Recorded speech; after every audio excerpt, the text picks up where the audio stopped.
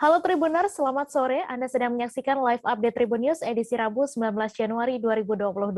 Sore ini akan kami sajikan informasi teraktual dan menarik yang dilaporkan secara langsung oleh reporter lapangan kami. Bersama saya Meisa Desirait, inilah live update selengkapnya. Meski pemerintah sudah menetapkan penurunan harga minyak goreng menjadi Rp14.000 per liter mulai Rabu 19 Januari, namun di pasaran di Banjarmasin masih berlaku harga sebelumnya, yaitu Rp19 hingga Rp20.000 per liter. Menurut pantauan di sentra Antasari Banjarmasin, terutama di tingkat penjualan grosir, minyak goreng baik kemasan maupun curah masih menjual dengan harga sebelumnya tersebut. Sebagaimana di toko Adi, minyak goreng kemasan, beberapa merek minyak goreng masih dijual mulai harga Rp20.000 ke atas per kemasan 1 liter. Untuk mengetahui info lebih detailnya, sudah bergabung bersama kami rekan jurnalis Banjarmasin Post, Salma Saurin yang akan menyampaikan laporannya. Halo Salma.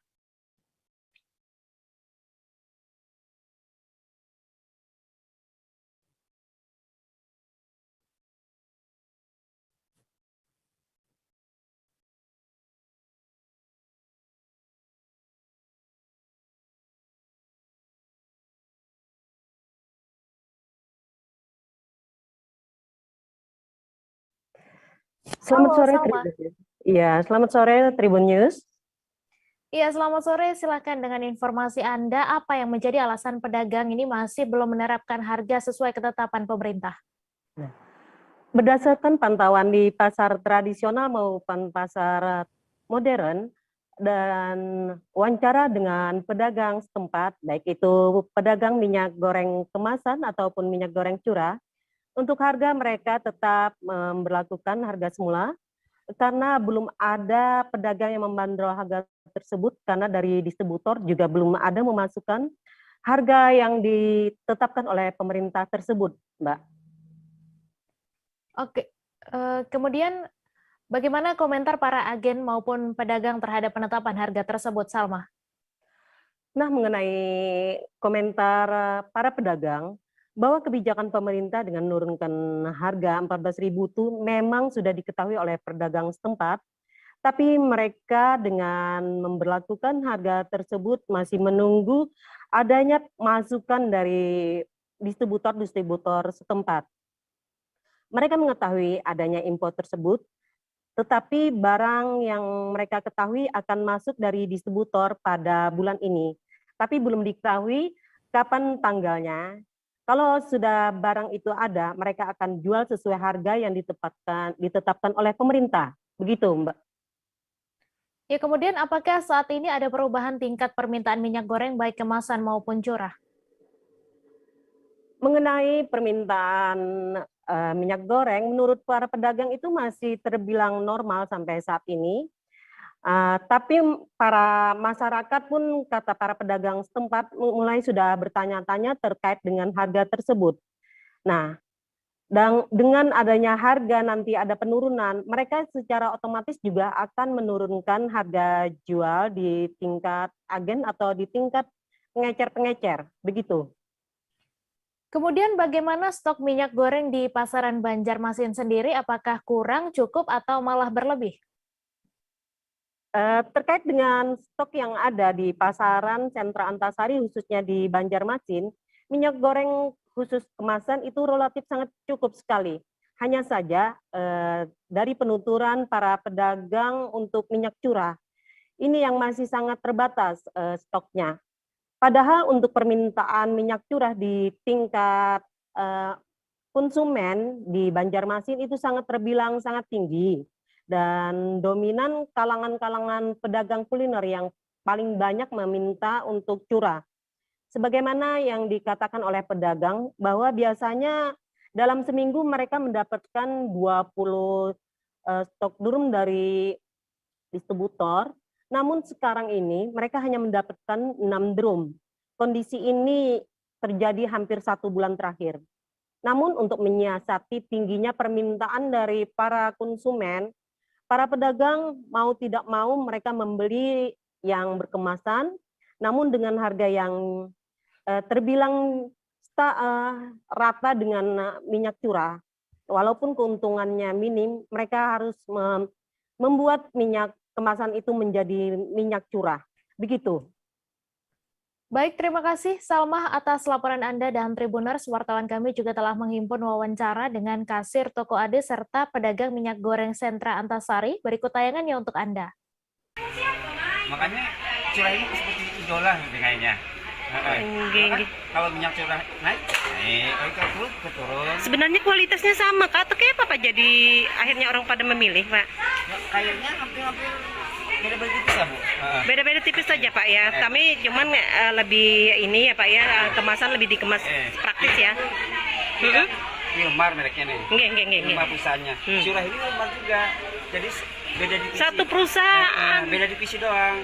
Nah, kan ibu punya mereknya Mahkota. Kalau bapak mereknya seminya Wilmar juga. Saya curah. Nah, jadi dia berkeluarga tuh ada kong kali kong gimana kayaknya supaya kita Iya. banyak. Tapi harapan bahwa minyak curah jangan sampai dihilangkan di pasaran ya, Pak ya. Nggih. Kalau memang dihilangkan berarti harga kemasan harus tetap standar harga murah ya. Ya kan standar pemerintah kan normalisasinya 14.000. Nggih. Nah, mudah-mudahan sampai ke Kalimantan kan belum belum masih di Sumatera sama Jawa doang. Berarti Pian harapan menunggu bahwa ini terrealisasi sampai di pasaran Kalimantan Selatan. Warga Kota Jayapura dihebohkan dengan penemuan mayat wanita tanpa busana di ruas Jalan Raya Nafrikoya pada Selasa 18 Januari. Penemuan wanita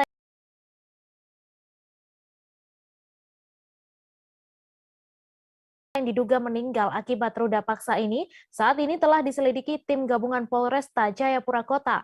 Kapolres Jayapura Kota Kombes Pol Gustaf Urbinas mengatakan sudah ada 4 orang yang dimintai keterangan terkait kasus tersebut. Ia juga berpesan agar keluarga korban menahan diri sebab pihak kepolisian akan segera mengungkap dalang dari pembunuhan tersebut. Untuk info selengkapnya akan disampaikan rekan jurnalis Tribun Papua, Hendrik Rewapatara yang kini sudah terhubung bersama kami. Halo Hendrik.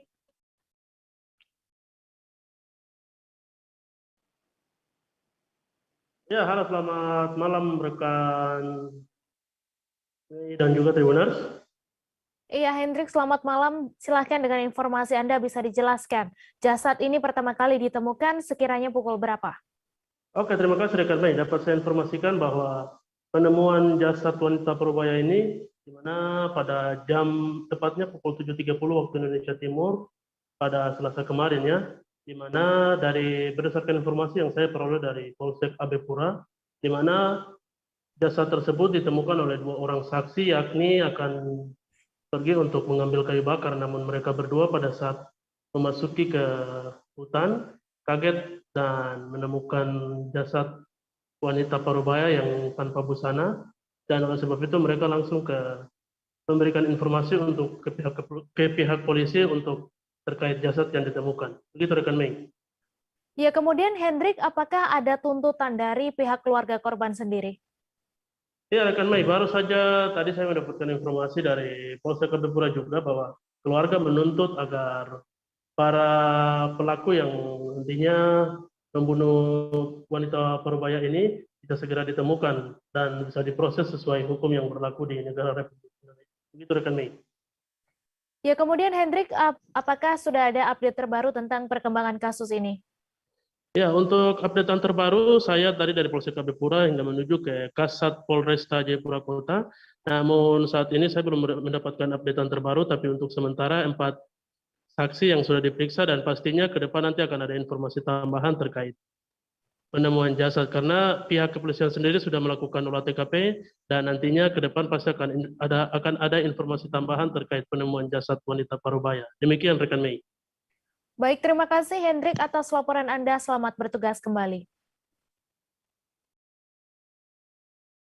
Kita beralih ke informasi selanjutnya, Tribuners. Gelap mata seorang pria di Kabupaten Konawe Selatan, Provinsi Sulawesi Tenggara bernama Jamaludin membunuh istrinya bernama Hasnawati. Jamaludin menikam istrinya menggunakan pisau dapur sebanyak 4 kali. Peristiwa itu terjadi di Desa Lamomea, Kecamatan Konda, Kabupaten Komsel Provinsi Sulawesi Tenggara pada Selasa 18 Januari pagi. Kepala Kepolisian Sektor atau Kapolsek Konda AKP Syafruddin mengatakan pemicu peristiwa nahas ini karena sang suami sakit hati. Untuk info selengkapnya akan disampaikan rekan jurnalis Tribun Sultra, Fadli Aksar yang kini sudah terhubung bersama kami.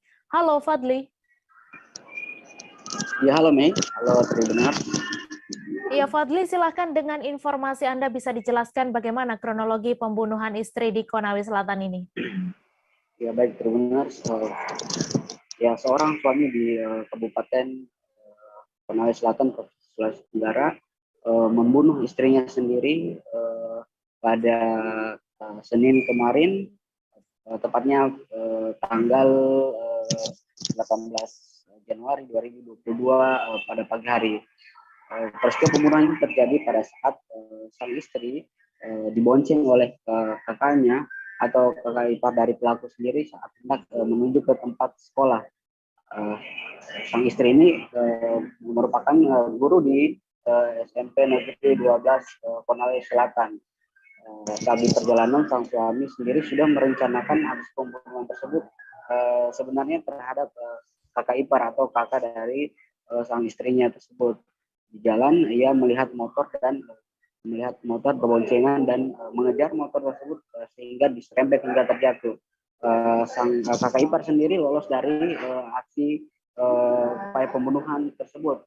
Namun sang istri saat itu berteriak meminta tolong dan sang suami itu pun kemudian gelap mata dan menusuk istrinya sendiri sebanyak 4 kali di bagian dada kiri 2 kali, di perut kiri dan di paha sebelah kiri, sehingga sang istri yang juga guru SMP Negeri 12 Konawe Selatan tersebut meninggal dunia. Begitu nih. Iya, kemudian apakah benar motif pembunuhan ini adalah lantaran sakit hati dan pelaku ini dijerat dengan pasal apa, Fadli? Ya baik. Sang suami sendiri mengaku saat kami berhasil mewawancarai motif dari pembunuhan ini sebenarnya sakit hati. Sebenarnya sakit hati kepada sang kakak ipar. Namun saat terjadi tadi peristiwa membunuh sang istri, dia sakit hati karena tak bisa berkomunikasi dengan sang istri kurang lebih selama 3 bulan. Namun saat dirinya hendak menjalin hubungan atau ingin hubungan keluarga ingin mau rukun, namun menurut korban atau menurut tersangka dihalang-halangi sang ipar. Akibatnya dia pun melampiaskan sakit hatinya kepada sang istri. Namun juga tersangka sendiri mengaku sakit hati karena sang istri hendak menceraikan dirinya. Begitu, Men. Ya, baik. Terima kasih Fadli Aksar atas laporan Anda dalam Tribuners. Wartawan kami juga telah menghimpun wawancara dengan Kapolsek Konda. Berikut tayangannya untuk Anda. Ya, karena sakit hati. Modusnya karena sakit hati, tidak ada komunikasi, terputus komunikasi. Diperkirakan istrinya mau ajukan cerai kepada suaminya, sehingga suaminya merasa sakit hati, sehingga terjadi pembunuhan. Ini pasal 44 ayat 3 Junto pasal 338. Ancamannya 15 tahun penjara. Minyak subsidi Rp14.000 dari pemerintah akan datang 2 hari lagi di supermarket retail Tiara Dewata Denpasar. Untuk saat ini Tiara Dewata masih menjual minyak goreng kemasan dengan harga rata-rata di atas Rp20.000 per liternya. Manajer operasional Tiara Dewata, Novi Setio, mengatakan pihaknya sangat mendukung hadirnya minyak kemasan sederhana yang disubsidi oleh pemerintah pusat karena minyak goreng merupakan kebutuhan pokok. Untuk info selengkapnya akan disampaikan oleh rekan Sari Utami, wartawan Tribun Bali yang kini sudah terhubung bersama kami. Halo Sari. Halo Mei. Ya Sari, silahkan dengan informasi Anda bagaimana harga minyak goreng terkini di Bali. Ya baik, ketika saya melakukan survei tadi ke beberapa penjual minyak goreng, yang pertama itu ada supermarket yang ada di Denpasar, yakni Tiara Dewata. Di situ manajer operasionalnya Bapak Novi mengatakan bahwa minyak goreng yang pihaknya jual masih di atas harga rata-rata Rp20.000. Jadi masih harga normal, masih harga yang memang diberlakukan sebelumnya. Nah, sementara itu ketika saya beranjak ke pasar tradisional yang berada di Jalan Gunung Agung Denpasar, salah satu pedagang minyak goreng di sana yakni Bu Maya mengatakan bahwa harga minyak gorengnya masih dijual dengan normal juga, yakni rata-rata di atas harga Rp20.000, kecuali untuk harga minyak goreng dengan ukuran 900 mili itu dijual dengan harga Rp18.000, Mei.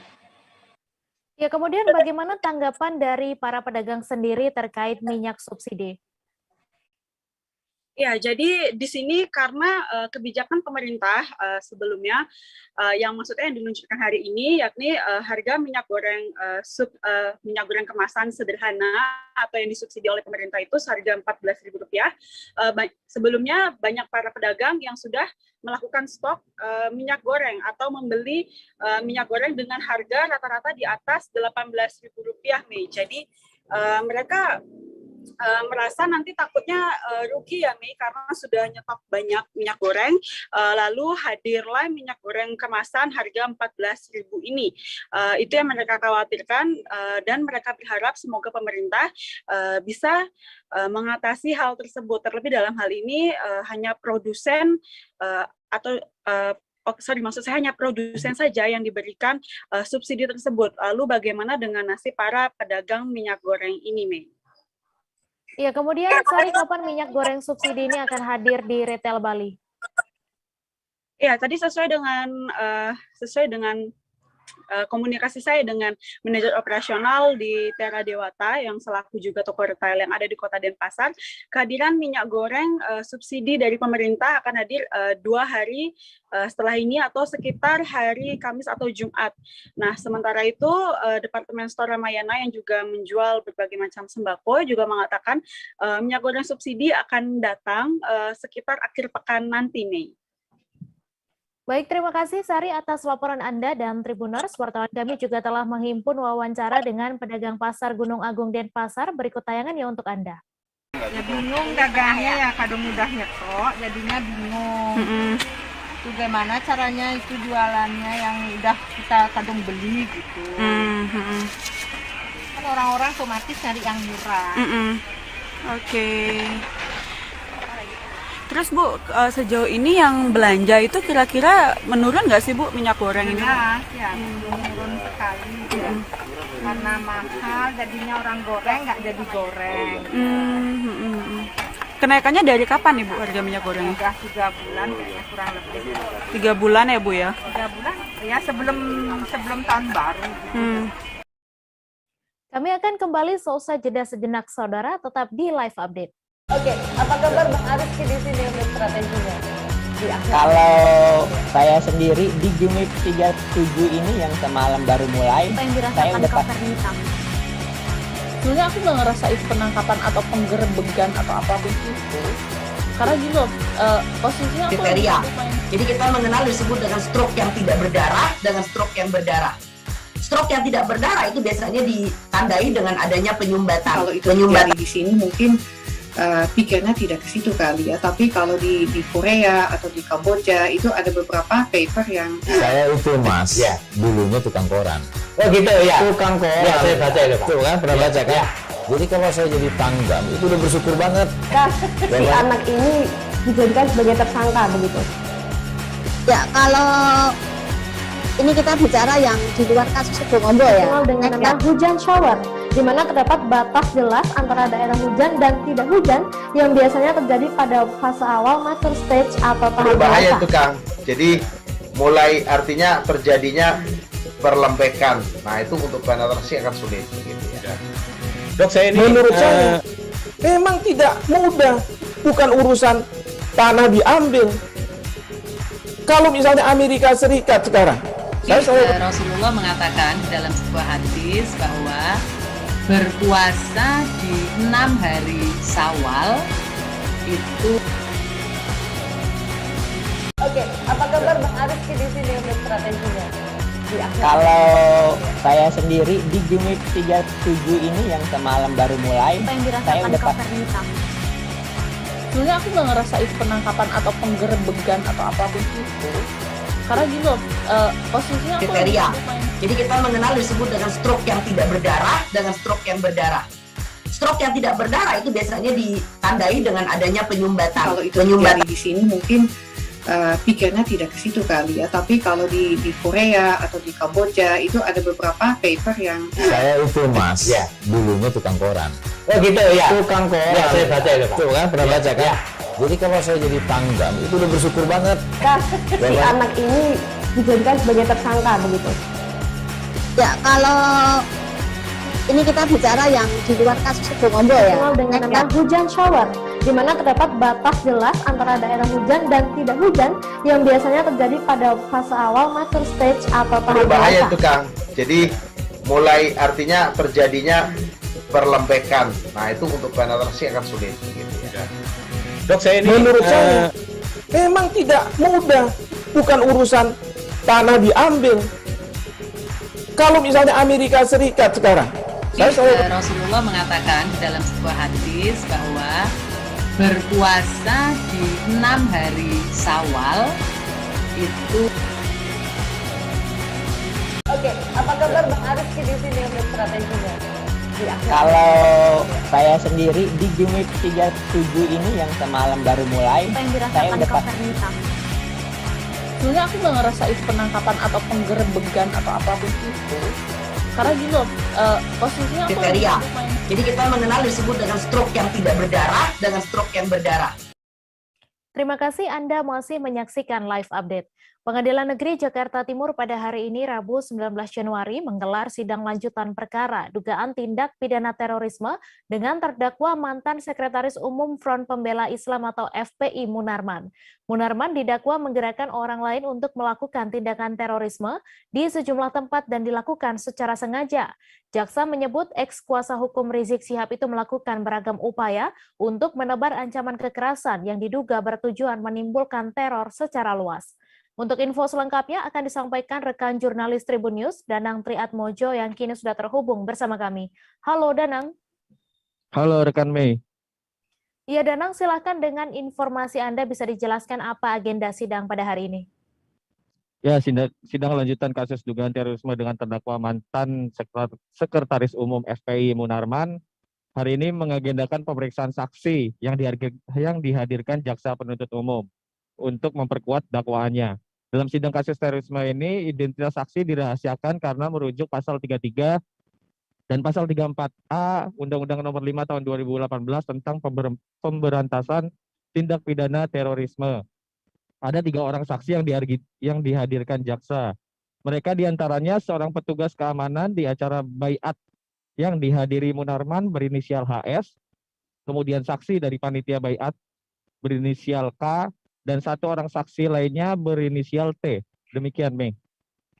Ya, kemudian Danang, bagaimana keterangan para saksi di persidangan ini? Ya, dalam persidangan tadi, saksi AF mengungkap bahwa Munarman ikut dalam acara baiat kepada ISIS berkedok seminar di salah satu universitas kawasan Ciputat, Tangerang Selatan pada Juli 2014 silam. Dalam kegiatan tersebut, HF yang bertindak sebagai panitia bagian keamanan mengaku melihat secara jelas Munarman ada di antara peserta. Munarman disebut datang setelah sesi pemutaran video peperangan yang melibatkan ISIS dan persenjataannya. Sementara saksi K mengaku senang Munarman bisa ikut berbaiat dan mendukung kegiatan deklarasi terhadap khilafah. Saksi K menyebut kegiatan itu diselenggarakan oleh kelompok yang disebutnya sebagai faksi.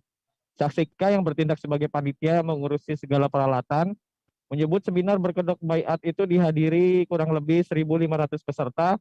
Katanya hampir seluruh peserta yang hadir berdiri sambil mengacungkan tangan seraya mengucap dukungan deklarasi khilafah. Demikian. Ya, kemudian apa tanggapan dari Munarman sendiri merespons keterangan para saksi ini? Saat diberi kesempatan menanggapi, Munarman langsung membantah dirinya berbaiat kepada pimpinan kelompok ISIS Al-Baghdadi. Ia membantah keterangan saksi pada bagian yang menyatakan dirinya ikut berbaiat. Hal yang sama juga diungkap oleh kuasa hukum Munarman, Aziz Yanwar, dalam wawancaranya seusai persidangan menegaskan bahwa Munarman tidak pernah berbaiat kepada pimpinan ISIS Al-Baghdadi. Aziz mengatakan Munarman tidak satu frekuensi atau pemahaman yang sama dengan faksi yang menyelenggarakan kegiatan baiat tersebut. Demikian. Baik, terima kasih Danang atas laporan Anda dan Tribuners. Wartawan kami juga telah menghimpun wawancara dengan kuasa hukum Munarman. Berikut tayangannya untuk Anda. Yang berikutnya akan ada penyesuaian gitu loh, sehingga itu akan membuat kita kesulitan untuk melakukan pembelaan yang maksimal, dan kita mengungkap kejujuran atas para saksi ini akan sulit. Berarti Bang Munarman tetap tidak melakukan baiat ya gitu ya Bang? Tidak, sekarang kalau gini loh, tadi udah jelas konsekuensi baiat itu macam-macam. Dan Pak Munarman itu adalah, kita kenal adalah orang yang konsekuen. Kalau A, kalau B, seperti itu. Nanti kalau kita konsekuen misalnya untuk memperjuangkan sesuatu secara konstitusi, ya kita konsekuen. Nggak mungkin kalau misalnya ikut baiat, kan memperjuangkan dengan cara ikut Abu Bakar Al-Baghdadi kan. Jadi sekarang faktanya kan enggak. Setelah itu bahkan ada beberapa kesaksian, ya tadi sempat dengar kan. Sejumlah masyarakat yang peduli pada bahasa Sunda berkumpul di Perpustakaan Ajib Rosidi, Jalan Garut nomor 2, Kota Bandung pada Rabu 19 Januari untuk mengambil sikap terkait pernyataan yang viral dari salah seorang anggota DPR RI dari PDI Perjuangan, Arteria Dahlan, yang menyinggung masalah bahasa Sunda. Perwakilan dari masyarakat yang peduli bahasa Sunda, Cecep Burdiansyah, menyampaikan bahwa mereka merasa kecewa atas pernyataan Arteria Dahlan ini, yang mana ia merupakan seorang anggota DPR yang justru harusnya mendorong penggunaan bahasa daerah. Untuk detail informasinya akan disampaikan langsung oleh rekan jurnalis Tribun Jabar, Nandri Prilatama, yang kini sudah terhubung bersama kami. Halo Nandri. Halo Mei. Iya, Nandri, silahkan dengan informasi Anda dapat dijelaskan bagaimana sikap dari elemen masyarakat Jabar ini terkait pernyataan Arteria Dahlan.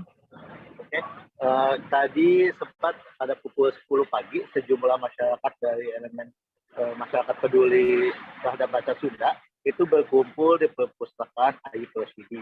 Mereka ingin mengambil sikap atau langkah yang akan dilakukan terhadap anggota DPR RI dari fraksi PDI Perjuangan terkait pernyataan yang viral itu yang sempat menyinggung masyarakat Sunda. Begitu. Dan tadi juga berdasarkan keterangan dari perwakilan masyarakat Sunda, yaitu Cecep Burdiansyah, ada 3 hal yang dia tuntut terkait pernyataan Arteria Dahlan ini, yaitu yang pertama yaitu masyarakat Sunda menuntut DPP PDIP untuk menarik Arteria Dahlan sebagai anggota DPR atau di PAW-kan.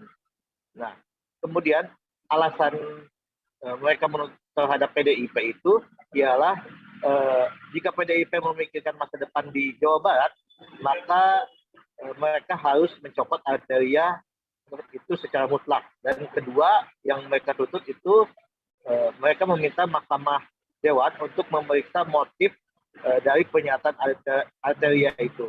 Dan terakhir mereka akan mengkaji apakah ada unsur fitnah atau tidak. Jika memang tidak ada penggunaan bahasa Sunda oleh Kajati saat rapat, maka jelas Arteria itu mengganggu atau menimbulkan kegaduhan, sehingga mereka akan berinisiatif melaporkan Arteria ke Polda Metro. Gitu, Mei. Ya, kemudian apa langkah selanjutnya yang dilakukan elemen masyarakat Jabar ini? Untuk langkah selanjutnya, yaitu mereka akan mengarahkan kembali lebih luas masyarakat Sunda, dan tentunya seperti yang tadi diungkapkan Pak Cecep, itu akan jika memang terbukti itu ada unsur fitnah, itu akan melaporkan ke Polda Metro. Gitu. Dan tadi juga sempat di beberapa titik di Kota Bandung ada spanduk-spanduk atau poster yang sudah bertuliskan terkait Arteria Dahlan, seperti di salah satu di Taman Sari itu ada kata-kata yang menyebut Arteria Dahlan adalah musuh orang Sunda. Itu salah satu dari poster yang bertebaran di Jawa Barat, di Kota Bandung. Ya, kemudian Nandri, bagaimana tanggapan dari budayawan atau tokoh Jawa Barat sendiri terkait permasalahan ini? Oke.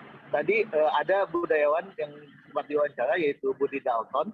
Dia menyebut bahwa apa yang dikatakan oleh Arteria Dahlan itu sangat menyinggung perasaan masyarakat Sunda, dan dia sangat menyesalkan atas apa yang dilakukan oleh Arteria Dahlan itu, bukan justru meminta maaf, malah semakin mempergaduh gitu situasinya. Dan tadi juga sempat ada wawancara bersama tokoh Jabar yaitu Bapak TB Hasanuddin.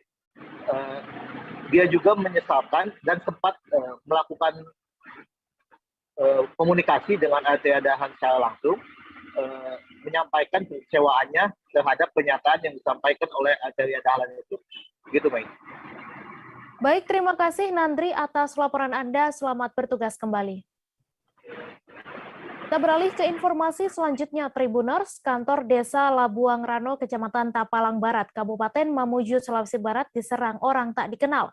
Akibatnya kantor desa tersebut rusak parah dari penyerangan kelompok OTK. Kaca depan kantor pecah, bahkan kursi di dalam kantor juga dibakar. Kejadian penyerangan tersebut sekitar pukul 2:30 waktu Indonesia Tengah pada Selasa 18 Januari dini hari. Untuk detail informasinya akan disampaikan langsung oleh rekan jurnalis Tribun Sulbar, Fahrun Ramli yang kini sudah terhubung bersama kami. Halo Fahrun.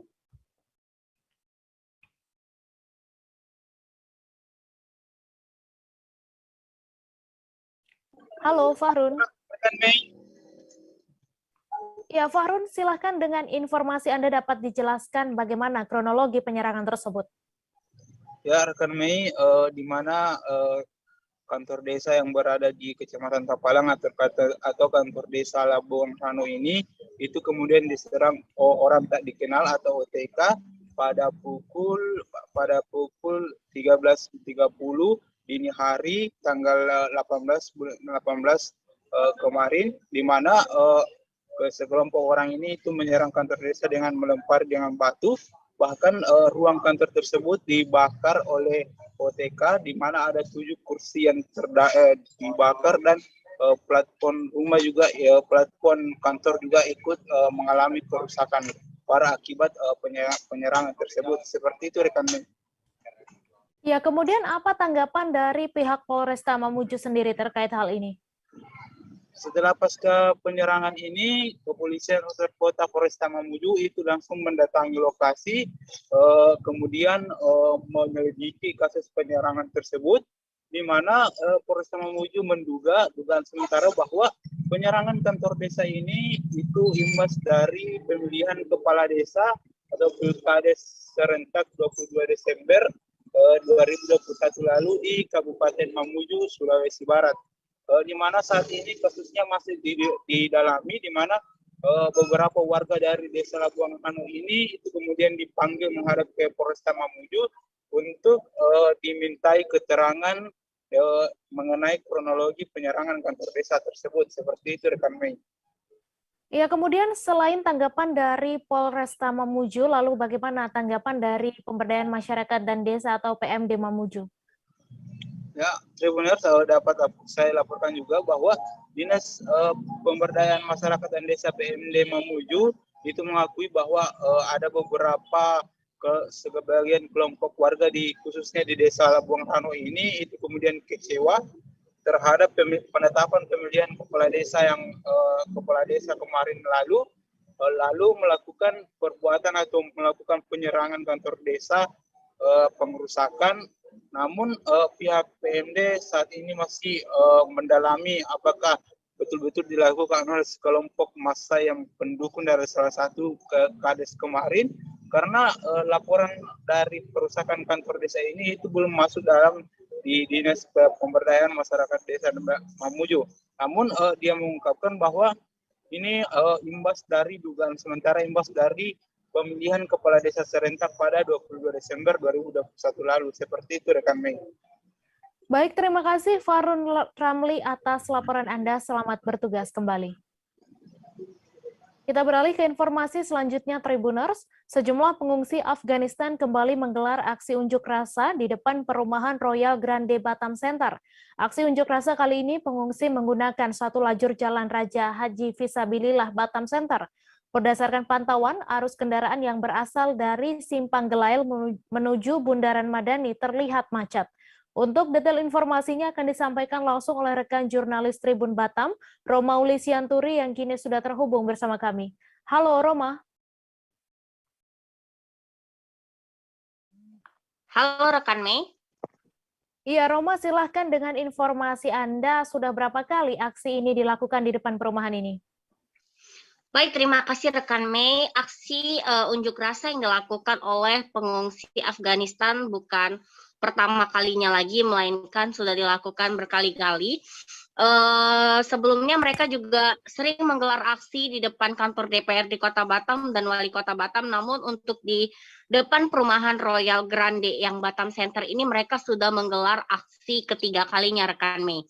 Namun berbeda dari yang biasanya, mereka biasanya menggelar aksi di daerah Ruko Royal Grande ataupun di depan gerbang utama Royal Grande. Namun untuk aksi kali ini mereka menggunakan satu lajur jalan Raja Haji Ali Fisabilillah, sehingga membuat kendaraan pada saat itu menjadi macet dan padat. Pengendara baik roda 2 maupun roda 4 harus melaju dengan pelan-pelan lantaran pengungsi Afghanistan memblokade satu lajur jalan. Begitu rekan Mei. Iya, Roma, kemudian bagaimana respon dari pemerintah setempat terkait aksi ini? Baik rekan Mei, terima kasih. Aksi unjuk rasa pengungsi Afghanistan ini ternyata memang mendapat respon dari pemerintah Provinsi Kepri, di mana sebelumnya pemerintah Provinsi Kepri sudah pernah membahas hal ini bersama UNHCR. Namun pihak UNHCR juga masih belum memberikan jawaban apapun ataupun memberikan keputusan atas sejumlah pengungsi yang ada di Kepri ini. Begitu rekan Mei. Iya, kemudian Roma, dapat Anda jelaskan apa tujuan aksi unjuk rasa ini? Baik rekan Mei, terima kasih. Pengungsi Afghanistan masih meminta hal yang sama, yakni dipindahkan ke negara ketiga seperti Australia, Kanada, dan negara-negara lainnya agar mereka dapat kembali beraktivitas layaknya manusia seperti biasanya, bisa bekerja dan mengecam pendidikan. Sementara saat mengungsi sekarang ini mereka hanya bisa berada di pengungsian saja, tidak diizinkan untuk bekerja, sekolah, walaupun mereka menerima uang bulanan setiap bulannya oleh UNHCR. Namun mereka ingin juga merasakan bebas seperti orang-orang lainnya, bisa bekerja, sekolah, dan beraktivitas lainnya. Begitu rekan Mei. Baik, terima kasih Roma Ulisianturi atas laporan Anda, dan Tribuners, wartawan kami juga telah menghimpun wawancara dengan salah seorang pengungsi Afghanistan. Berikut tayangannya untuk Anda. Australia lebih $72 million untuk menutup imigrasi di sini. Terus kami mau selesaikan masalah kami dengan ayam, karena ayam bisa bantu kami. Mau prosesnya dari ayam settlement untuk pergi ke negara ketiga. Tapi ayamnya ambil uang dari Australia, dia nggak mau kami pergi ke negara lain. Yang mau kan tetap sini, kami nggak seperti manusia lain. Kami nggak bisa kerja, kami nggak bisa beli rumah, kami nggak bisa naik mobil atau beli mobil, naik motor, nggak bisa. Tapi kami yang maunya proses aja, mau tinggal seperti manusia yang lain. Mau normal lah. Mau normal lah. Nggak bisa cuma makan tidur di rumah aja. Jadi intinya Iom udah ngambil uang di sana, tapi dia nggak mau bawa setiap bertahun ambil uang dari UNHCR untuk menutupkan untuk orang imigrasi di sini. Ya. Tapi kalau kami kan mau ke negara tiga, UNHCR juga mau ke negara tiga juga minta kami. Dia mau kami. Tapi IOM sama UNHCR nggak mau. Sudah berapa tahun di sini?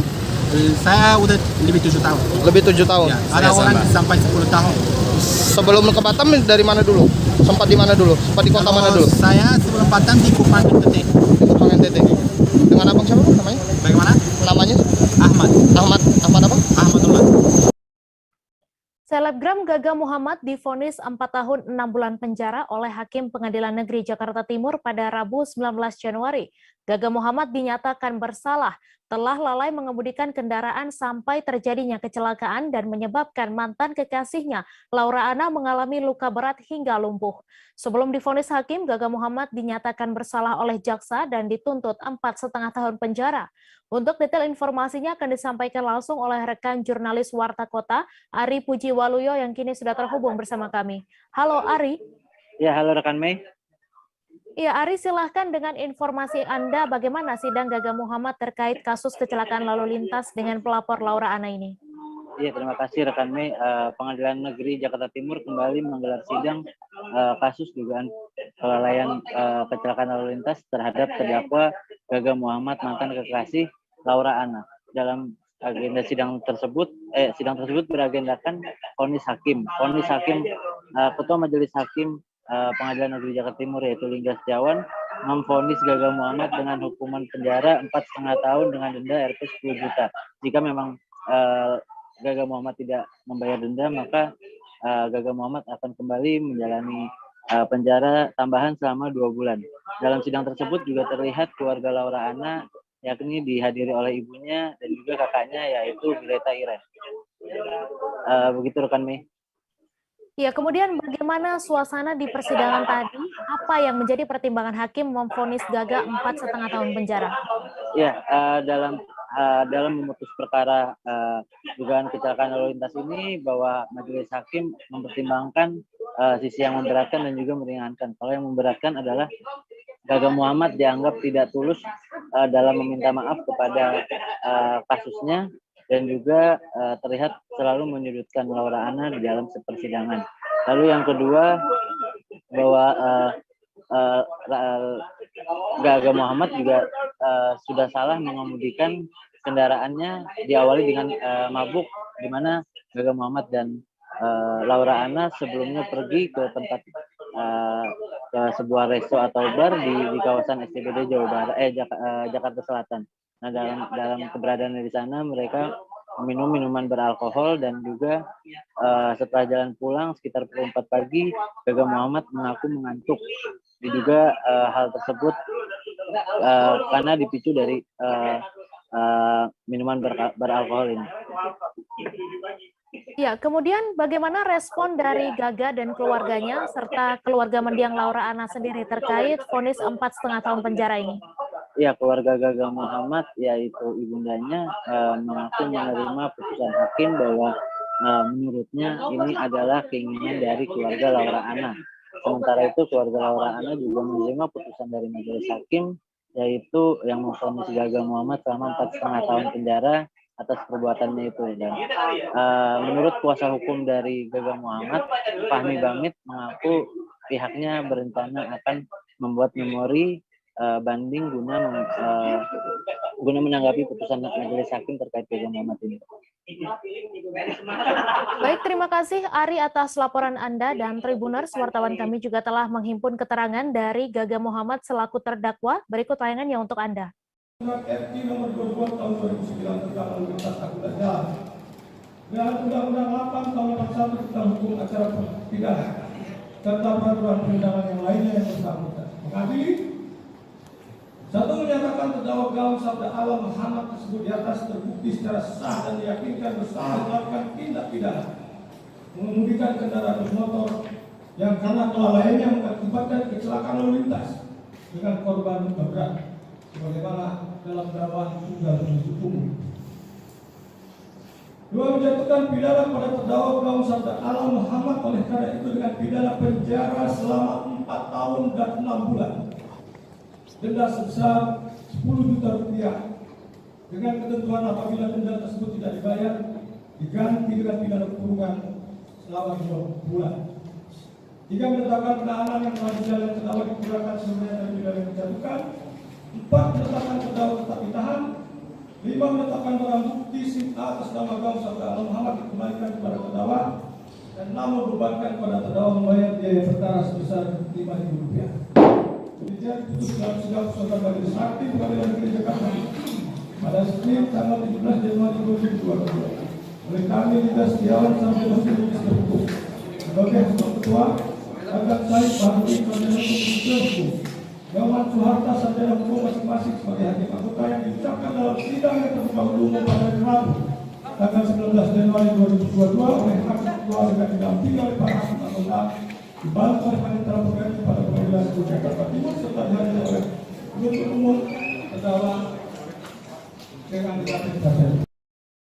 Tribuners, kami masih akan menyajikan informasi menarik untuk Anda. Seusai jeda sejenak, tetap di Live Update. Oke, apa kabar Bang Ariski di sini untuk strateginya? Kalau saya sendiri di Gimik 37 ini yang semalam baru mulai, saya udah pas. Sebenarnya aku nggak ngerasain penangkapan atau penggerebegan atau apapun itu. Karena gitu loh, posisinya aku kriteria. Jadi kita mengenal disebut dengan stroke yang tidak berdarah dengan stroke yang berdarah. Stroke yang tidak berdarah itu biasanya ditandai dengan adanya penyumbatan. Kalau itu terjadi di sini mungkin pikirnya tidak ke situ kali ya, tapi kalau di Korea atau di Kamboja itu ada beberapa paper yang saya itu Mas, ya, dulunya tukang koran. Oh gitu ya. Tukang koran. Ya, saya baca itu Pak. Tuh kan pernah baca kan? Ya. Jadi kalau saya jadi tanggam itu udah bersyukur banget. Si anak ini dijadikan sebagai tersangka begitu. Ya, kalau ini kita bicara yang di luar kasus Sibolga ya. Dikenal dengan nama hujan shower, di mana terdapat batas jelas antara daerah hujan dan tidak hujan yang biasanya terjadi pada fase awal mature stage atau tahap berbahaya dewasa. itu Kang. Jadi mulai artinya terjadinya perlembekan. Nah itu untuk penetrasi akan sulit. Gitu ya. Dok, saya ini menurut saya memang tidak mudah, bukan urusan tanah diambil. Kalau misalnya Amerika Serikat sekarang, Rasulullah mengatakan dalam sebuah hadis bahwa berpuasa di 6 hari Syawal itu. Oke, apa kabar Bang Ariski di sini untuk strateginya? Kalau saya sendiri di Gimik 37 ini yang semalam baru mulai, saya udah pas. Sebenarnya aku nggak ngerasain penangkapan atau penggerebegan atau apapun itu. Karena gitu loh, posisinya aku kriteria. Jadi kita mengenal disebut dengan stroke yang tidak berdarah dengan stroke yang berdarah. Stroke yang tidak berdarah itu biasanya ditandai dengan adanya penyumbatan. Kalau itu terjadi di sini mungkin pikirnya tidak ke situ kali ya, tapi kalau di Korea atau di Kamboja itu ada beberapa paper yang saya itu Mas, ya, dulunya tukang koran. Oh gitu ya. Tukang koran. Ya, saya baca itu Pak. Tuh kan pernah baca kan? Ya. Jadi kalau saya jadi tanggam itu udah bersyukur banget. Si anak ini dijadikan sebagai tersangka begitu. Ya, kalau ini kita bicara yang di luar kasus Sibolga ya. Dikenal dengan nama hujan shower, di mana terdapat batas jelas antara daerah hujan dan tidak hujan yang biasanya terjadi pada fase awal mature stage atau tahap berbahaya dewasa. itu Kang. Jadi mulai artinya terjadinya perlembekan. Nah itu untuk penetrasi akan sulit. Gitu ya. Dok, saya ini menurut saya memang tidak mudah, bukan urusan tanah diambil. Kalau misalnya Amerika Serikat sekarang, Rasulullah mengatakan dalam sebuah hadis bahwa berpuasa di 6 hari Syawal itu. Oke, apa kabar Bang Ariski di sini untuk strateginya? Kalau saya sendiri di Gimik 37 ini yang semalam baru mulai, saya udah pas. Sebenarnya aku nggak ngerasain penangkapan atau penggerebegan atau apapun itu. Karena gitu loh, posisinya aku kriteria. Jadi kita mengenal disebut dengan stroke yang tidak berdarah dengan stroke yang berdarah. Stroke yang tidak berdarah itu biasanya ditandai dengan adanya penyumbatan. Kalau itu terjadi di sini mungkin pikirnya tidak ke situ kali ya, tapi kalau di Korea atau di Kamboja itu ada beberapa paper yang saya itu Mas, ya, dulunya tukang koran. Oh gitu ya. Tukang koran. Ya, saya baca itu Pak. Tuh kan pernah baca kan? Ya. Jadi kalau saya jadi tanggam itu udah bersyukur banget. Si anak ini dijadikan sebagai tersangka begitu. Ya, kalau ini kita bicara yang di luar kasus Sibolga ya. Dikenal dengan nama hujan shower, di mana terdapat batas jelas antara daerah hujan dan tidak hujan yang biasanya terjadi pada fase awal mature stage atau tahap berbahaya dewasa. itu Kang. Jadi mulai artinya terjadinya perlembekan. Nah itu untuk penetrasi akan sulit. Gitu ya. Dok, saya ini menurut saya memang tidak mudah, bukan urusan tanah diambil. Kalau misalnya Amerika Serikat sekarang, Rasulullah mengatakan dalam sebuah hadis bahwa berpuasa di 6 hari Syawal itu. Oke, apa kabar Bang Ariski di sini untuk strateginya? Kalau saya sendiri di Gimik 37 ini yang semalam baru mulai, saya udah pas. Sebenarnya aku nggak ngerasain penangkapan atau penggerebegan atau apapun itu. Karena gini loh, posisinya aku kriteria. Jadi kita mengenal disebut dengan stroke yang tidak berdarah dengan stroke yang berdarah. Stroke yang tidak berdarah itu biasanya ditandai dengan adanya penyumbatan. Kalau itu terjadi di sini mungkin pikirnya tidak ke situ kali ya, tapi kalau di Korea atau di Kamboja itu ada beberapa paper yang Saya itu Mas, dulunya tukang koran. Oh gitu ya. Tukang koran. Ya, saya baca itu Pak. Tuh kan, pernah baca kan? Ya. Jadi kalau saya jadi tanggam, itu udah bersyukur banget. Si anak ini dijadikan sebagai tersangka begitu. Ya, kalau ini kita bicara yang di luar kasus Sibolga ya. Dikenal dengan nama hujan shower, di mana terdapat batas jelas antara daerah hujan dan tidak hujan yang biasanya terjadi pada fase awal mature stage atau tahap Berbahaya dewasa. itu Kang. Jadi mulai artinya terjadinya perlembekan. Nah itu untuk penetrasi akan sulit. Gitu ya. Dok, saya ini menurut saya memang tidak mudah, bukan urusan tanah diambil. Kalau misalnya Amerika Serikat sekarang, Rasulullah mengatakan dalam sebuah hadis bahwa berpuasa di 6 hari Syawal itu. Oke, apa kabar Bang Arif di sini untuk strateginya? Kalau saya sendiri di Gimik 37 ini yang semalam baru mulai, saya udah Terima kasih Anda masih menyaksikan live update.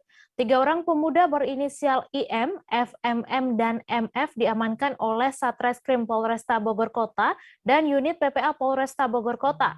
Ketiganya dilaporkan telah melakukan tindak pidana kekerasan terhadap anak di bawah umur berinisial NA yang masih duduk di bangku SMP.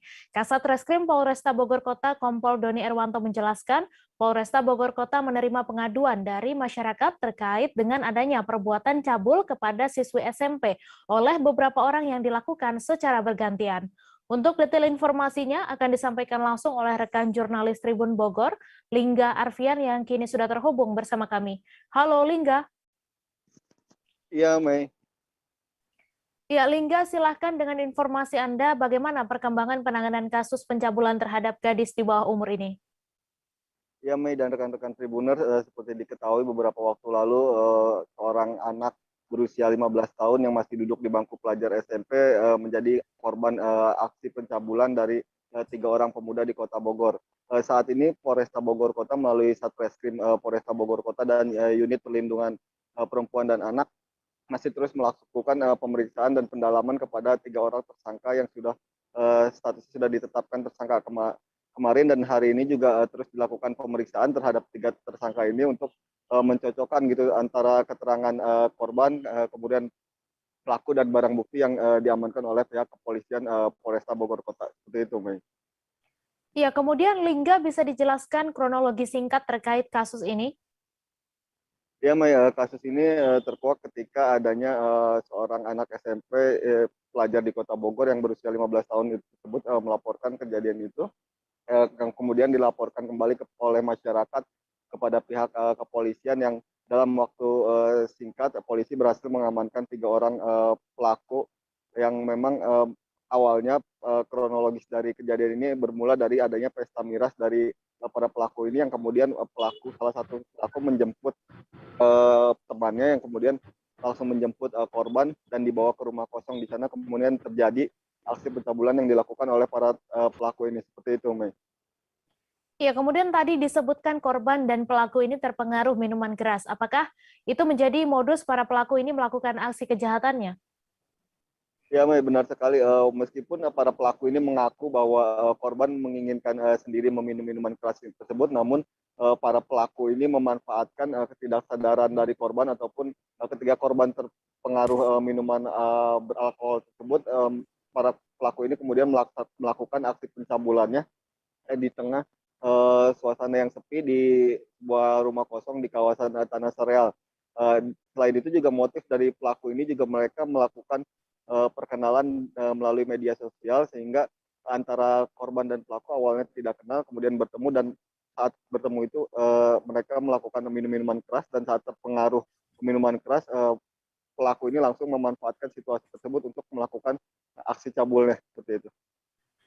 Ya, kemudian terkait peredaran minuman keras yang banyak berdampak negatif di Kota Bogor ini, lalu adakah respon dari pemerintah Kota Bogor sendiri, Lingga? Ya benar sekali, Mei. Sejak beberapa waktu lalu dan sampai nanti seterusnya, pemerintah Kota Bogor tetap komitmen terhadap peredaran minuman keras. Beberapa hari lalu juga Wali Kota Bogor Bima Arya Sugiarto menyegel atau menutup sementara tempat hiburan malam yang memang menjual minuman keras yang tidak sesuai dengan aturan. Nah, untuk ke depan pihaknya juga masih terus akan melakukan razia ataupun inspeksi mendadak di tempat-tempat penjualan miras di lokasi di Kota Bogor, terutama penjualan yang ilegal yang berada di warung-warung pinggir jalan, seperti itu. Baik, terima kasih Lingga atas laporan Anda, dan Tribuners, wartawan kami juga telah menghimpun wawancara dengan Kasat Reskrim Polresta Bogor Kota. Berikut tayangannya untuk Anda. Asusila, mahasiswa. Ya, pada kesempatan pagi hari ini kita sampaikan kepada masyarakat Kota Bogor bahwasanya Satgas Polresta Bogor telah menerima pengaduan ataupun laporan dari masyarakat terkait dengan adanya salah satu siswi SMP yang ada perbuatan cabul oleh 3 orang yang dilakukan secara bergantian. Di mana kejadian ini terjadi pada tanggal 6 Januari 2022. Kemudian dilaporkan di Polresta Bogor jadi tanggal 10 Januari. Dengan adanya tim yang sudah kita bentuk untuk menindaklanjuti terkait dengan kekerasan terhadap anak ataupun tindak pidana terhadap anak, pasti akan menjadi atensi kita, sehingga pada tanggal 10 langsung kita melakukan penuntutan oleh tim Satreskrim ataupun tim PPA, sehingga 3 orang tersangka ini dapat kita amankan dan juga kita tahan sampai dengan saat ini di Polresta Bogor Kota. Motifnya sendiri apa nih?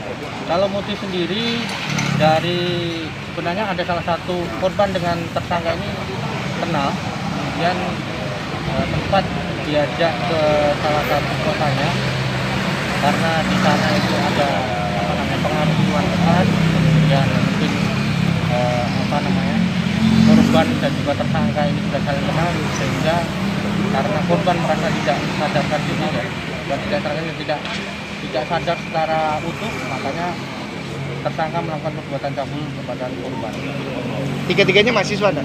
Untuk sampai dengan saat ini proses penyidikan mengidentifikasi bahwasanya 2 orang mahasiswa, 1 orang pekerja wira swasta. Barang bukti yang diamankan? Untuk barang bukti yang diamankan, 1 hasil visum, kemudian pakaian yang digunakan oleh korban sendiri pada saat kejadian. Terima kasih.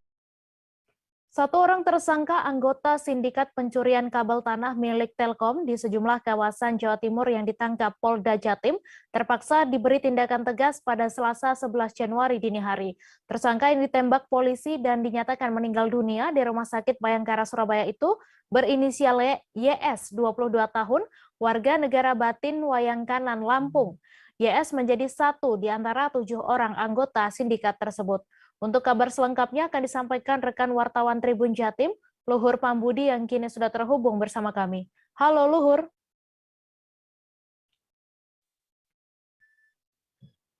Halo, sore.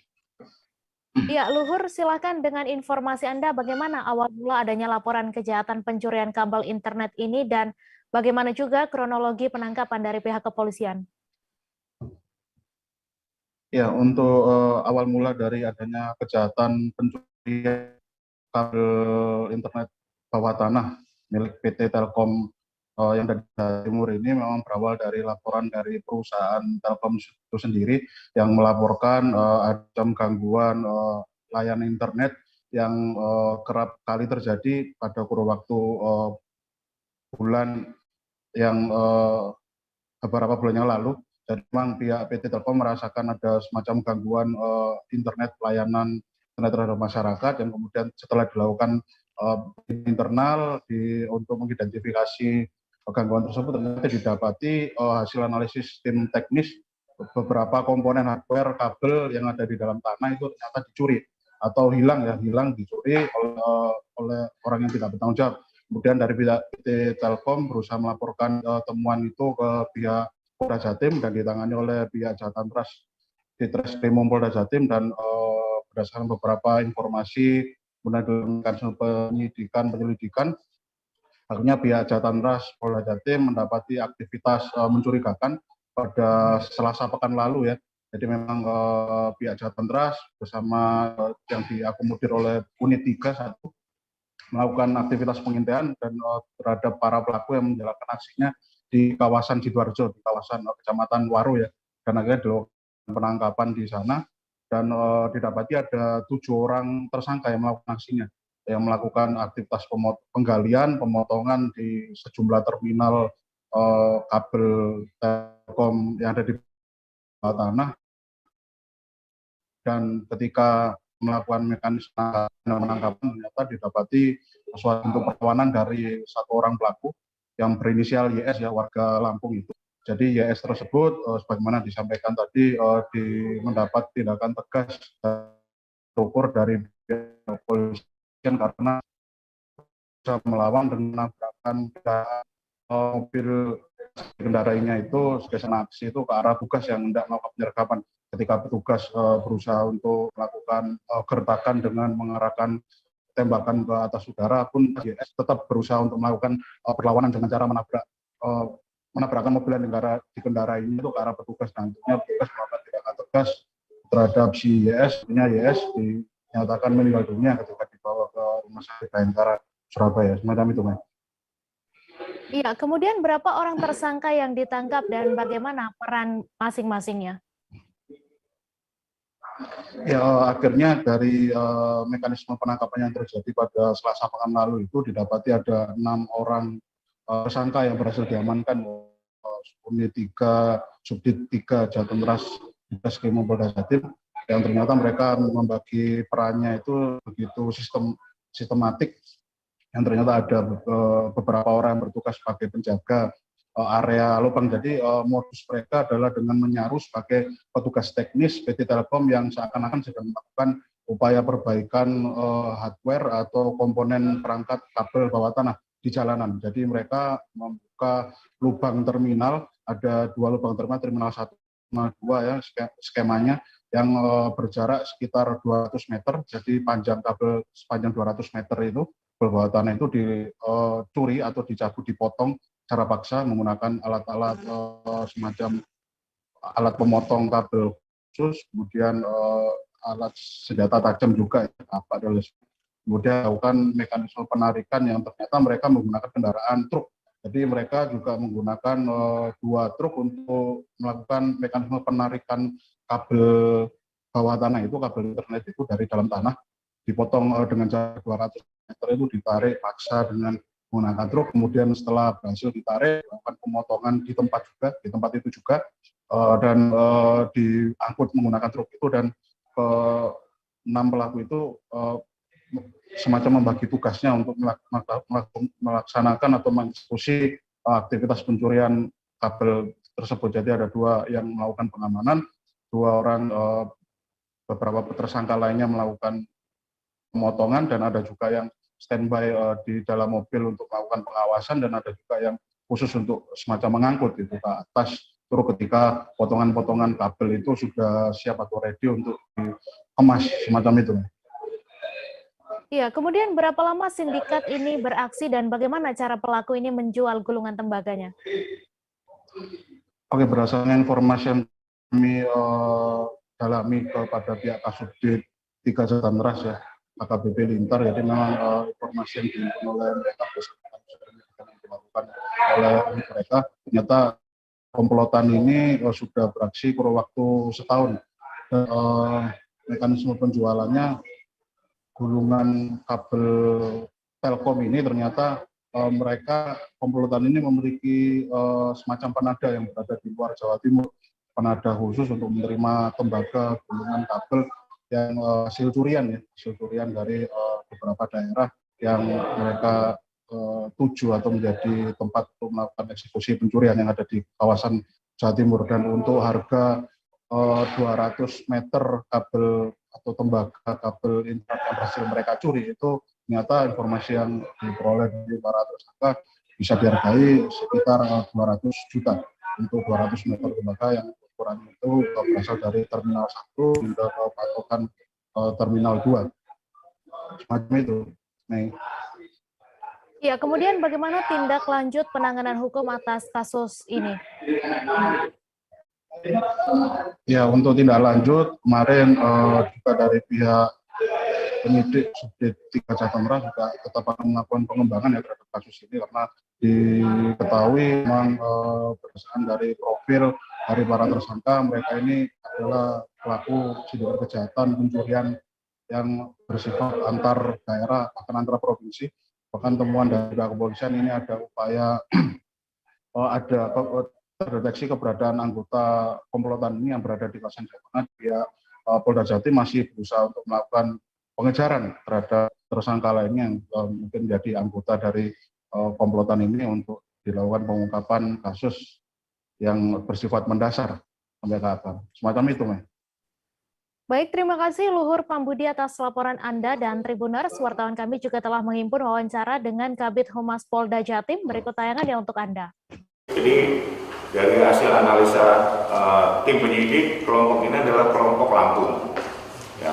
Adapun mekanisme yang mereka lakukan adalah melakukan pemotongan kabel bawah tanah dari Terminal 1 sampai dengan Terminal 2. Artinya lubang 1 dengan lubang kedua. Itu dilakukan pemotongan, kemudian ditarik dengan truk. Sehingga kabel yang jaraknya hampir yang sekitar hampir 200 meter itu ditarik dengan truk. Ya, ditarik dengan truk, kemudian dipindahkan ke dalam truk. Nah, pada saat teman-teman dari Jatantras melakukan upaya penangkapan, ini mendapat perlawanan dengan cara melakukan dari kelompok, salah satu kelompok yang menggunakan kendaraan itu menabrakkan beberapa kali mobil petugas.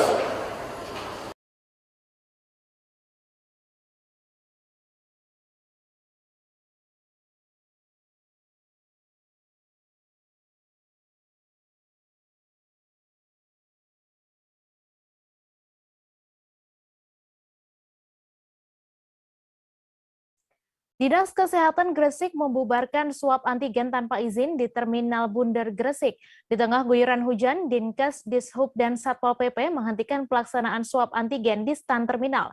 Ratusan calon pekerja masih terlihat berada di depan stan swab yang digelar PT Arsat Sumber Daya Mandiri dan Klinik Gajah Mada yang berasal dari Mojosari, Mojokerto.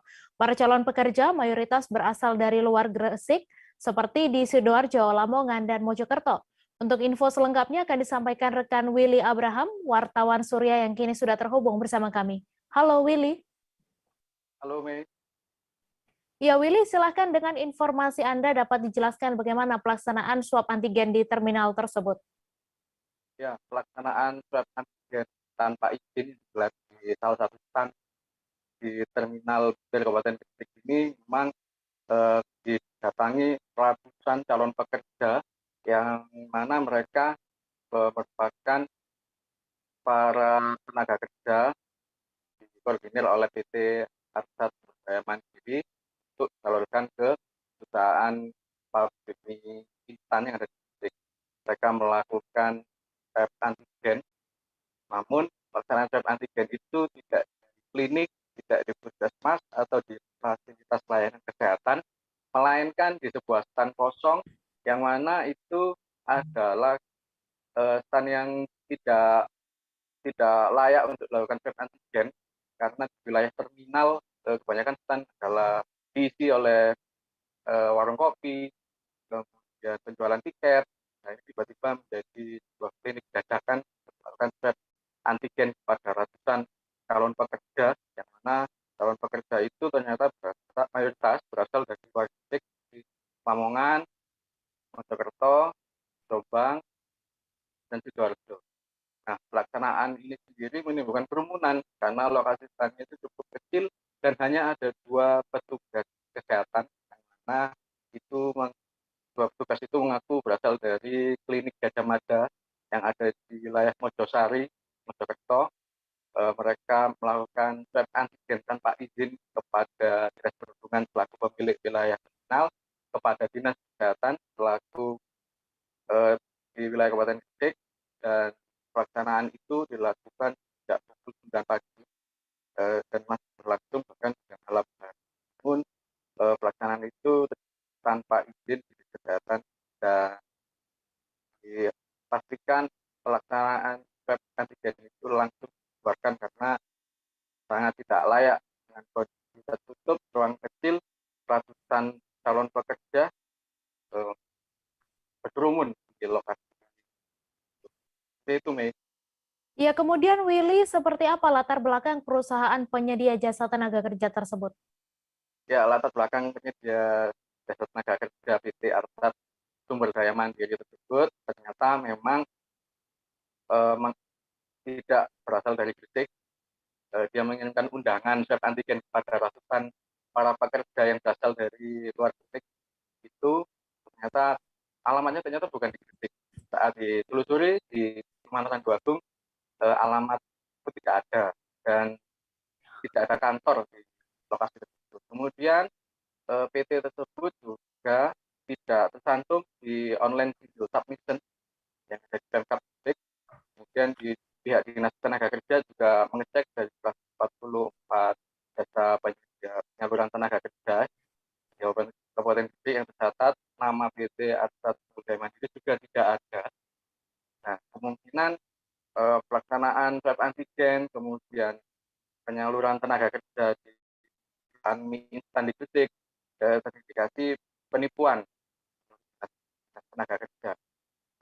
Di sisi lain, Dinas Kesehatan swab antigen yang digelar di terminal itu juga sudah dibubarkan. Tidak boleh lagi ada pelaksanaan swab antigen karena tanpa izin dan juga pelaksanaannya di ruang tertutup.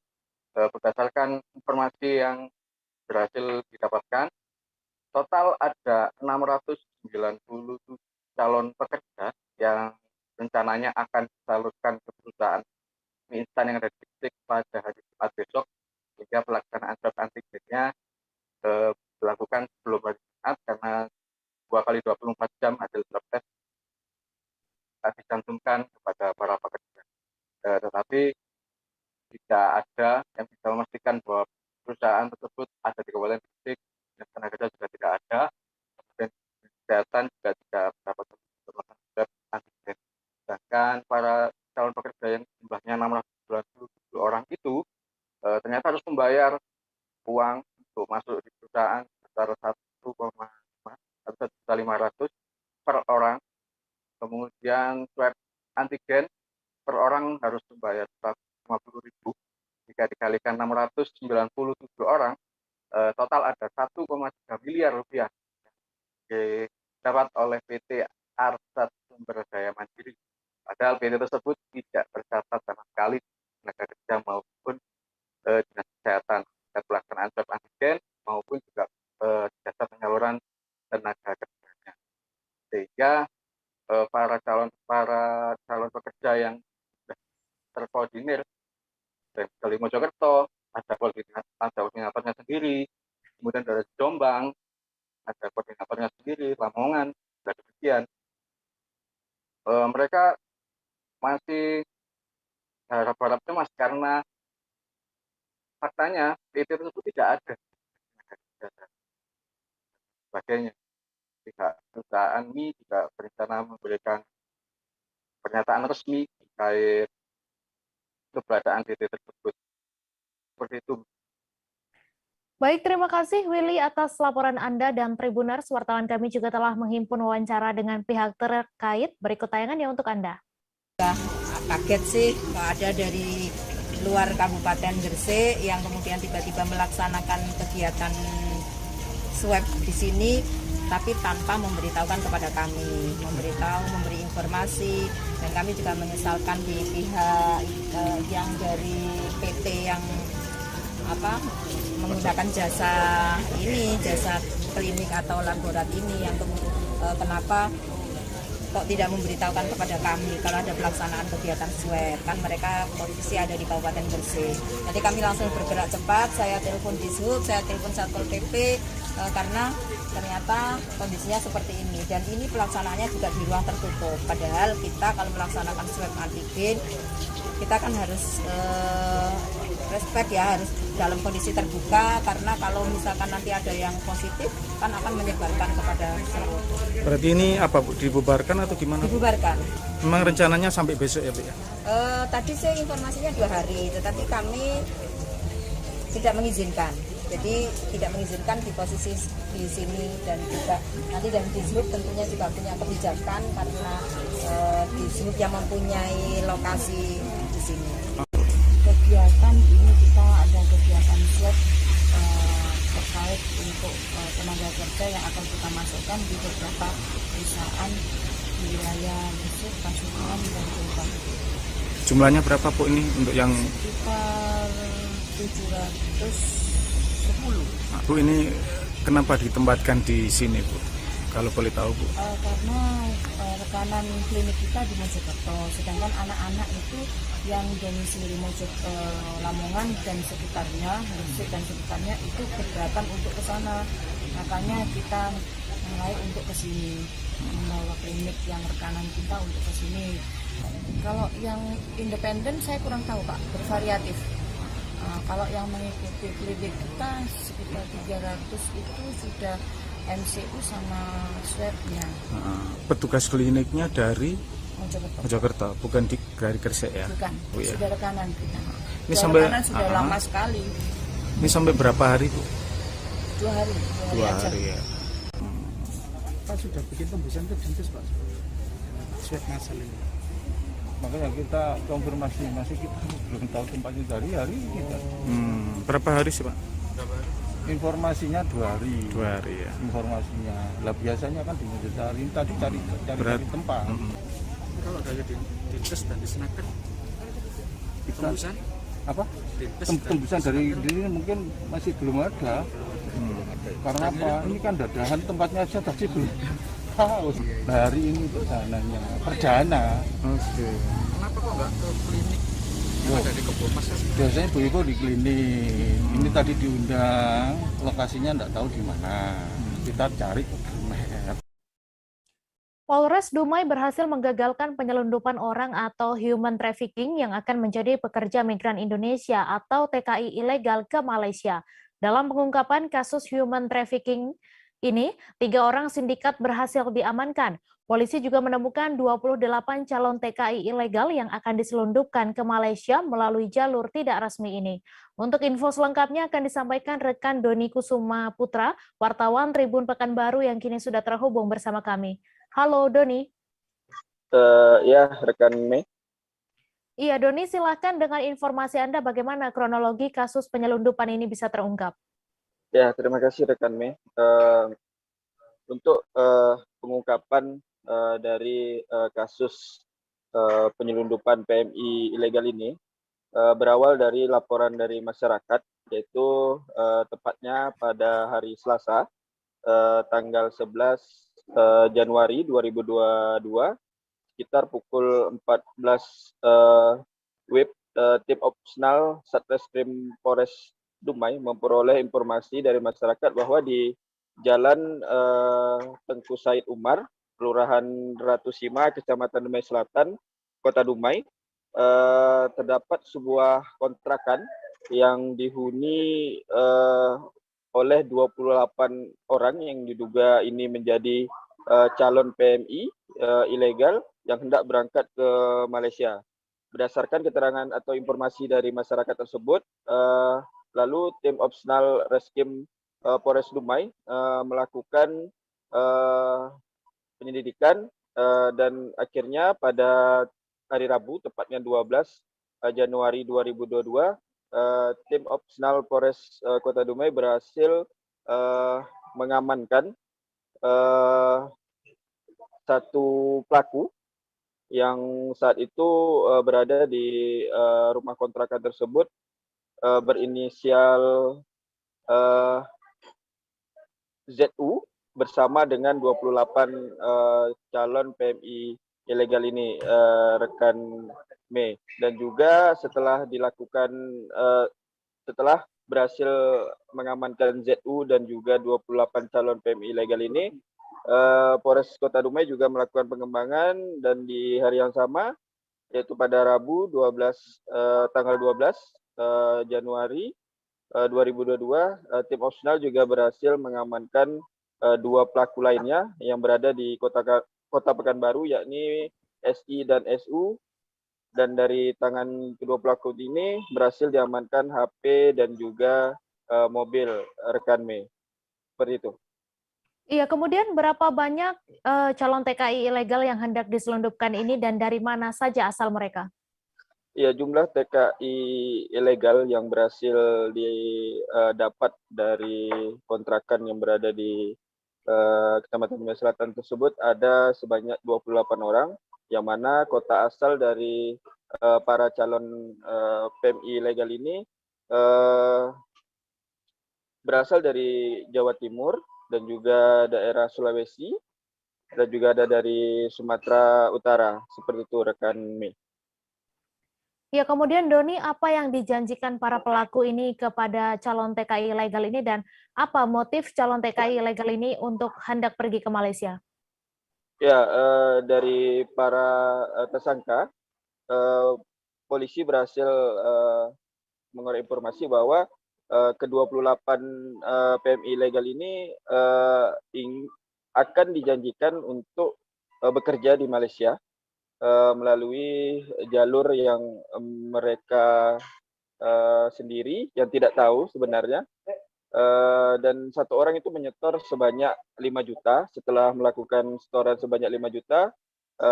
Jadi di Kota Dumai ini diletakkan selama beberapa hari sebelum nantinya berangkat melalui jalur laut menuju ke Rupat, yaitu Kabupaten Bengkalis. Selanjutnya dari Rupat sendiri akan menuju ke negara Malaysia untuk bekerja di sana. Seperti itu rekan Mei.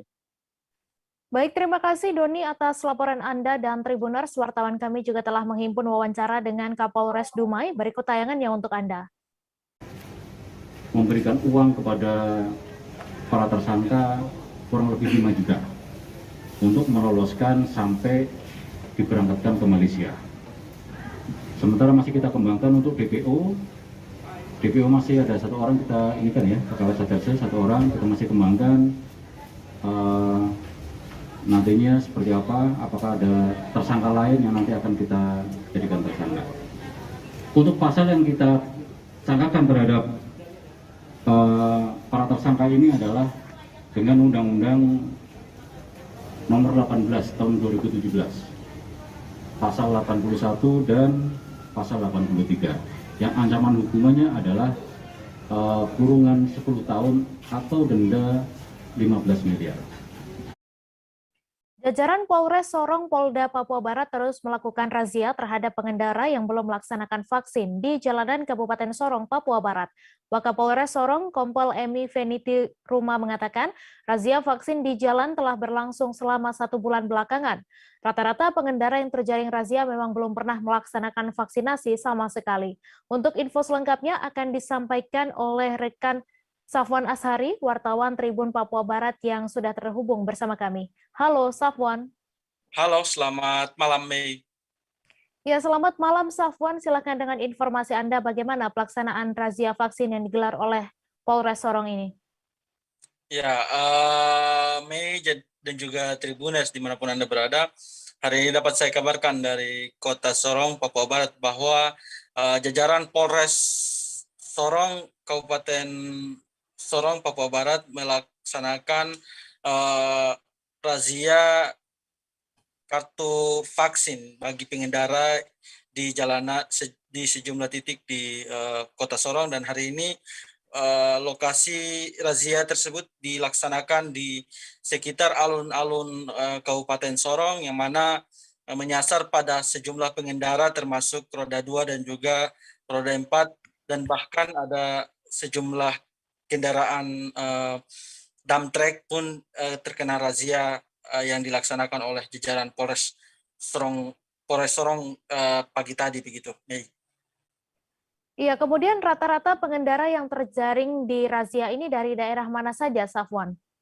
Iya, berdasarkan keterangan yang kami peroleh dari Polres, mereka menjelaskan bahwa pengendara yang terkena razia hari ini yaitu pengendara yang dari arah kota Sorong menuju ke Kabupaten Sorong, dan ada sejumlah pengendara juga yang dari Kabupaten Sorong Selatan menuju ke Kota Sorong terjaring razia, dan Nahasnya pada saat razia mereka belum sempat mengikuti vaksinasi tahap pertama begitu. Ya, kemudian melihat hal ini, apakah ada himbauan dari pihak kepolisian terhadap para pengendara, Safwan? Ya, tentu ada himbauan dari jajaran Polres Sorong yang mana mereka menghimbau agar masyarakat yang belum sempat ataupun yang sudah vaksin dosis pertama harusnya segera pergi ke loket-loket vaksin untuk mengikuti vaksinasi, sebab razia yang akan dilaksanakan oleh jajaran Polres ini akan terus dilaksanakan sehingga tidak menutup kemungkinan akan terjaring lebih banyak lagi pengendara yang belum divaksin begitu. Baik, terima kasih Safwan atas laporan Anda, dan Tribuners, wartawan kami juga telah menghimpun wawancara dengan Wakapolres Sorong. Berikut tayangannya untuk Anda. Penyekatan yang kita lakukan ini, kita sudah laksanakan hampir kurang lebih 1 bulan. Ini rutin kita laksanakan. Berkaitan masyarakat yang terjaring, yaitu masyarakat yang dari kota Sorong menuju ke Kabupaten Sorong, sama juga masyarakat yang dari Kabupaten Sorong Selatan yang kita sekat di Sorong. Demikian. Itu semua itu rata untuk yang terjaring itu yang vaksinnya? Iya, terjaring vaksin semua. Yang belum melaksanakan vaksin sama sekali.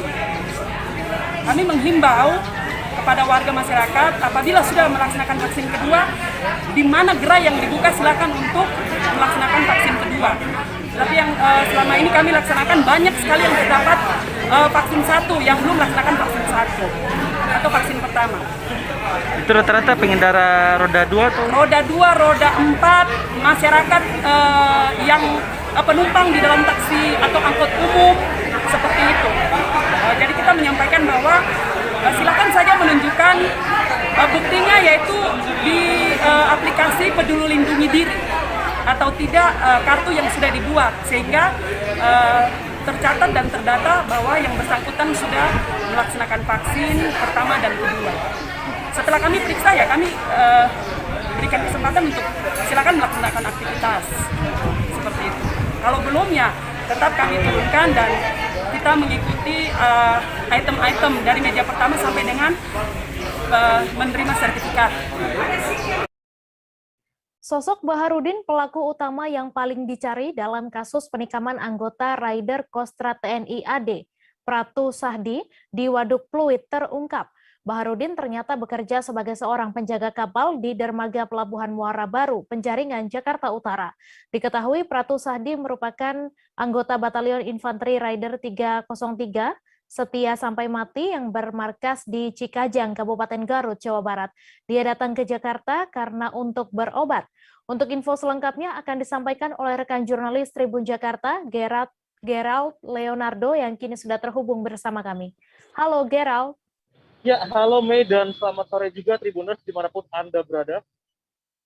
Ya, Gerald, bisa dijelaskan terkait penangkapan pelaku utama penikaman anggota TNI ini?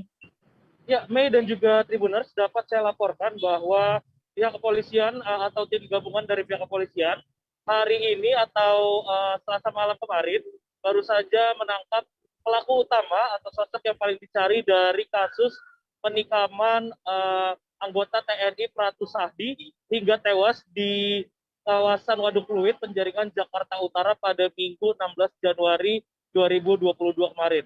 Berdasarkan keterangan pihak kepolisian hari ini, pelaku utama yaitu Baharudin ditangkap di kawasan Muara Baru, di dermaga Pelabuhan Muara Baru, saat dirinya sedang bekerja pada Selasa malam kemarin, dan yang bersangkutan saat ini sudah dibawa untuk selanjutnya ditangani oleh pihak kepolisian gabungan dari Polda Metro Jaya, Polres Metro Jakarta Utara, dan juga Polres Pelabuhan Tanjung Priok.